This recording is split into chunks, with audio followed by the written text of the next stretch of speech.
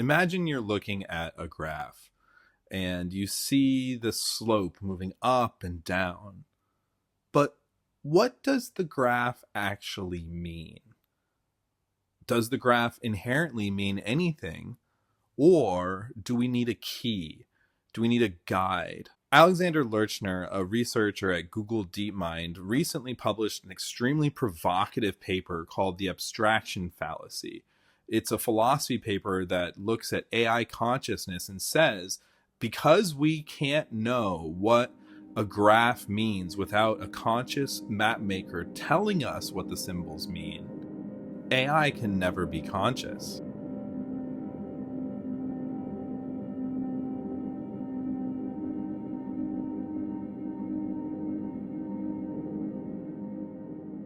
Consciousness is a very ambiguous word. People use it to mean many different things colloquially, and then also there are many different competing theories of consciousness in the literature. When people say the word consciousness, in the context in which we're talking today, we're mostly going to be talking about phenomenal consciousness, which is also known as subjective experience. I like to explain this by example where you imagine a mind that can only perceive the color red. It doesn't perceive anything else. That kind of redness that you can understand, that we perceive, that is all of that mind's perception, that redness is subjective experience. So consciousness is not the same thing as being able to think about thinking or self-reflective thought or planning or memory or reason or language or conscience, I've even heard. So we're really talking about phenomenal consciousness. And then what is this computational functionalism thing that the author is coming after? Well, that's pretty interesting. So computational functionalism is like a family of theories in the philosophy of mind, a family of theories about consciousness. So the idea of functionalism is that of substrate independence, where substrate means like the material or the substance that something is made out of, and then also multiple realizability, which is the idea that you can kind of take the same consciousness and you can realize it on one system or another if that system has the right information structure and causal structure, the function, and not necessarily the same meat or neurons or stuff in the head.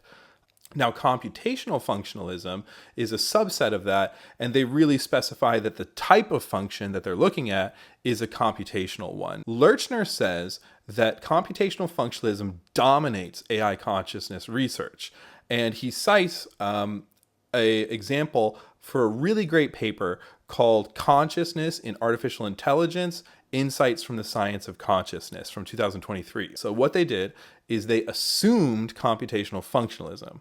They didn't argue for it. They didn't conclude it's correct. They assume it as a starting point. And once you assume that, they look at a subset of theories, and for each one, they extract from the theory a list of indicator properties that, if present, that theory might predict the system would be conscious. And then what they do is they look for the list of indicator properties in artificial intelligences that were around in 2023. What they found was that some indicators were met, but by and large, it wasn't enough to be a compelling case. But they also said that there was no obvious reason that such a system couldn't be made that meets the indicators. Now, it's worth pointing out that this paper is very influential for this field. I think it has about 600 citations on Google Scholar, and by the time this video goes up, it might be a little bit more than that. Now, Lerchner goes on to say that this sort of assumption of computational functionalism is exactly what motivates AI welfare research. And here he cites taking AI welfare seriously. So what's AI welfare? This basically is the field that says, not necessarily are they conscious, but asks, do we care what happens to them? Are they more like an animal or are they more like a tool? Lerchner says that this is a trap. He calls it the AI welfare trap. And the reason he says it's a trap is because it's this model of the world, of morality, of maybe expanding the moral circle to include artificial intelligence. This idea, he says, is based on a fallacy. He says it's a trap because it basically says you have to wait for a settled theory of consciousness before you can be sure. And until you have that settled theory of consciousness, all you have is precautionary logic based on uncertainty. His attack on that is actually not going to be to propose a theory of consciousness. This is what's really one of the more elegant things about the paper, is that he doesn't attack consciousness in order to get at computational functionalism. He looks at computation. When we have a graph in the world, does the graph have inherent meaning, or do we need a map maker or a key to understand what the data refers to, which concepts the data represents? This kind of gets to the heart of Lerchner's argument, and he is going to call this the melody paradox. So before we understand that, let's look at the kind of foundation for it. Lerchner begins this section by defining the standard functionalist view of implementation. So I'm going to put this on the screen. I'm not going to really get into it, but there's a standard view where essentially the mapping of one physical state to the next physical state via a function will lead deterministically to the mapping of one corresponding abstract state to the next abstract state. This picture, according to Lerchner, is incorrect. And a more accurate picture is going to depend on what he calls the map maker. The role of the map maker, a conscious being, is going to be what he calls alphabetization.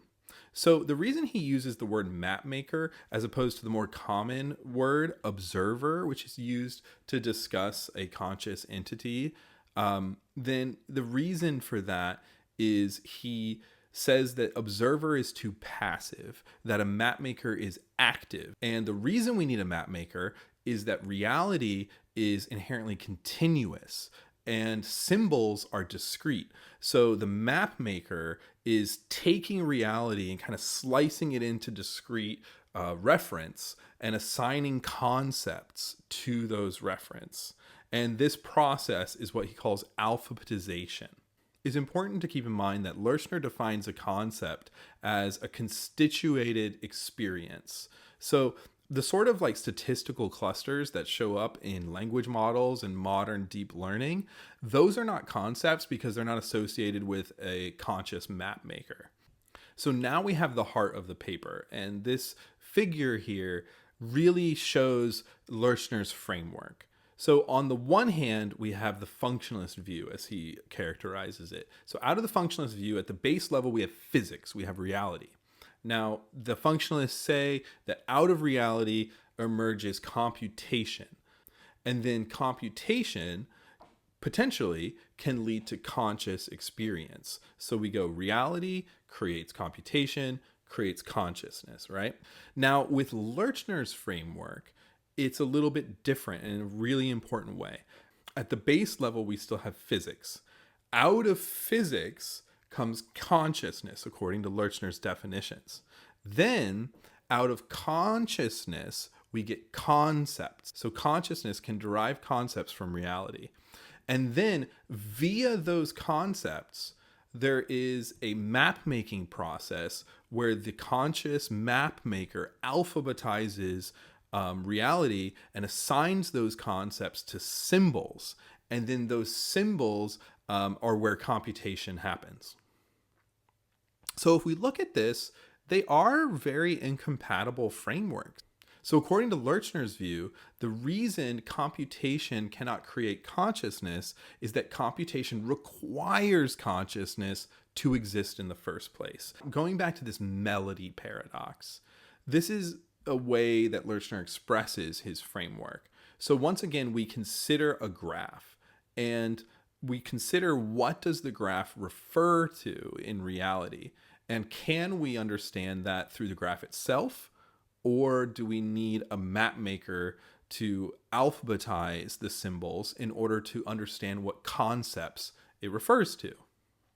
And his example is that the same graph could theoretically represent like a waveform of audio of like Beethoven's Fifth, or it might represent, financial market data for some company over a certain period of time. And that the same physical states can lead to different computations. And it depends on the mapmaker, on the key that the mapmaker provides. Now, if Lerchner is correct, then this structure of the relationship between physics and computation precludes artificial intelligence that's based on computation as we understand it from ever becoming conscious. It does not matter how complex they get. It does not matter what their capabilities are. It does not matter what they say about consciousness or how they behave. It only matters that they are implementing computation and that we have this logical relationship between consciousness and computation according to Lerchner. Lerchner argues that if you look at the definition of computation, you see that a conscious mapmaker is required to alphabetize continuous reality into discrete symbols. Without that consciousness existing already, you cannot get computation. Therefore, you cannot have computation create consciousness because it requires that bedrock of consciousness to get started. The abstraction fallacy is mistaking a simulation for the thing it's simulating. So in this case, he's saying that the abstraction fallacy is to mistake the simulation of consciousness for consciousness itself. His metaphor is that no simulation of rain will get you wet. Lerchner further says that once you demolish computational functionalism in this way, we have closed the AI welfare trap. So what I'm going to do is I'm going to grant his argument about consciousness. This is for the sake of argument. I personally don't really feel like I'm in a position to fully evaluate his argument. I don't have the background in computation. A lot of his sources in this sections I'm not personally familiar with, and I would really leave it to more people with more expertise to kind of weigh in on it. And I'd love to see more responses, both positive and negative, going forward to this really provocative paper. I think it's an important paper, even though I don't personally necessarily find it convincing. However, I do want to point out that his argument about the AI welfare trap fails. Lerchner says that computational functionalism is the assumption underpinning AI welfare concerns. He cites as his source Taking AI Welfare Seriously, like I said, a really important paper. Now, it's true, Taking AI Welfare Seriously does specifically argue that consciousness via the assumptions of computational functionalism being present in a near-term artificial intelligence is a sufficient path towards moral consideration, particularly under a precautionary sense if you're just not sure. So you have to have some sort of probability that it could be the case, gives you some sort of probability that the system could be a moral patient. Lerchner is correct that his abstraction fallacy argument attacks that point. What he misses is that this same paper, Taking AI Welfare Seriously, offers a second sufficient condition for moral consideration, and that's robust agency. So if we concede the entire argument about computational functionalism, Lerchner's own source leaves the AI welfare trap open. So it is just not justified for him to cite this source and then say he has dismantled it when he has only attacked one half of the sufficient conditions for moral consideration. Now, I can imagine how Lerchner might respond to this. I can imagine a response where he says that agency requires concepts, and concepts come from consciousness. They are not derived from computation. I can imagine this. It does seem to fit within his argument. However, I don't think that this argument is so obvious that it can go without stating, and I'm not sure that this is how he would take the argument. I don't know. I would love to see a specific response to this from the author. I'm very curious, particularly with the emphatic force with which he says he's closing the AI welfare trap. The Abstraction Fallacy is a really fascinating paper. It covers some really important assumptions about computational functionalism and about AI consciousness, but ultimately it fails at its stated goal to close the AI welfare trap.